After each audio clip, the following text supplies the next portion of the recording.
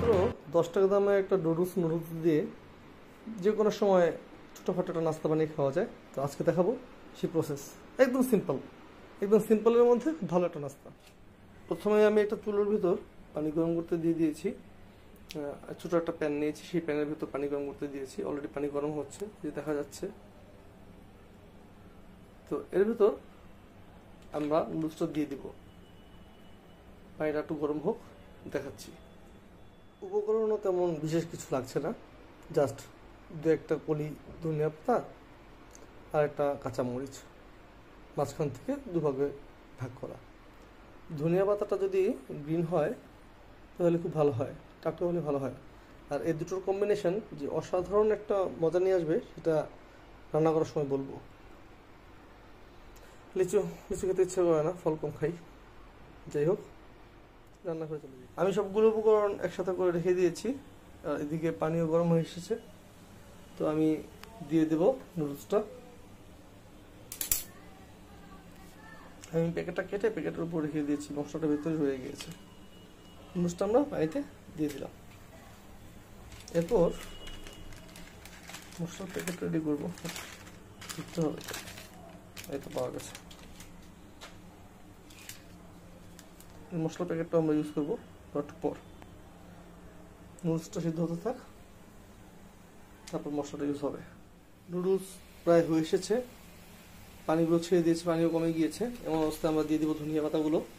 শুধু দিয়ে দিবেন, নাড়াচাড়া করতে হবে না, কিছু করতে হবে না। এইভাবে দিয়ে দিবেন। আর এরপর ডিমটাকে জাস্ট এভাবে ফাটিয়ে,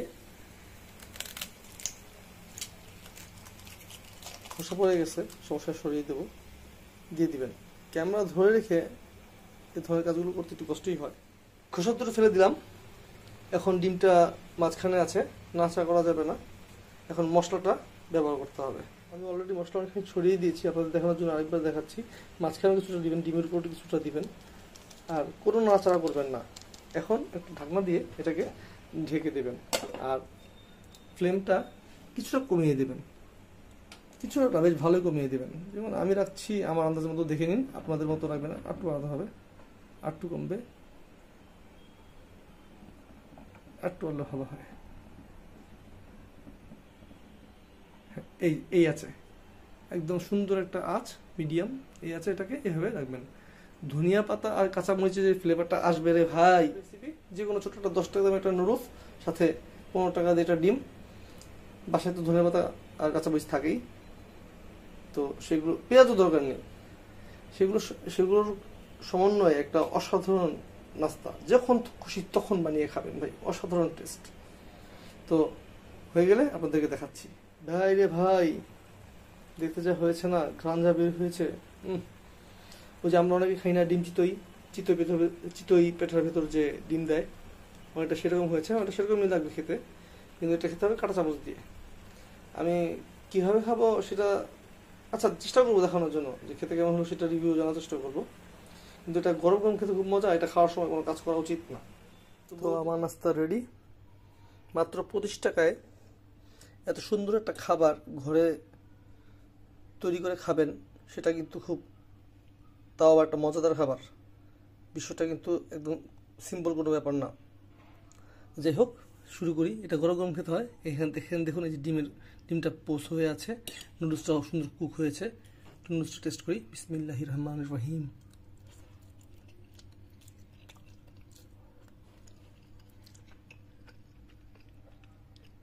বরাবরের মতো আলহামদুলিল্লাহ, খুব ভালো হয়েছে। মাছ খুব ভালো লাগে। আর এই পোর্শনটা সবচেয়ে ভালো লাগে, এই পোর্শনটা এইভাবে ডিমটাকে কুসুম সহ ডিমের এই পিস, একদম যাকে বলে মাখন, মালাই। এই দেখুন মালাই, এইভাবে মালাইটা তুলবেন, বড় সাইজের একটা মালাই তুলবেন, আর ঘপ করে মুখে দিবেন, একটু ফু দিয়ে নেবেন, অনেক গরম কিন্তু। আমি 3টা ফু দিয়ে নিলাম যাতে খেতে সুবিধা হয়। কম্পিউটার টেবিল উপরে রেখে খাচ্ছি, জানি না পড়ে গেলে সমস্যা আছে হাত থেকে। এটা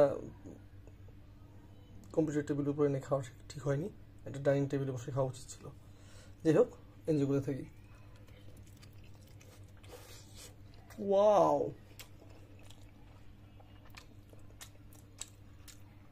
কি বলবো, অসাধারণ অসাধারণ অসাধারণ। আরেকটা বাইট নিব শুধু ডিমের, এই যে ডিমের কুসুম সহ, ওফ, ডিম পোস, আর ওই যে রয়ে গেছে লাল অংশ, আরেকটা ডিম পোস ডিম সহ। এটার মজাটা হচ্ছে এটা সিদ্ধ ডিম খাওয়ার মতো মজা, এই যে ডিম সহ ডিমের সাদা অংশ।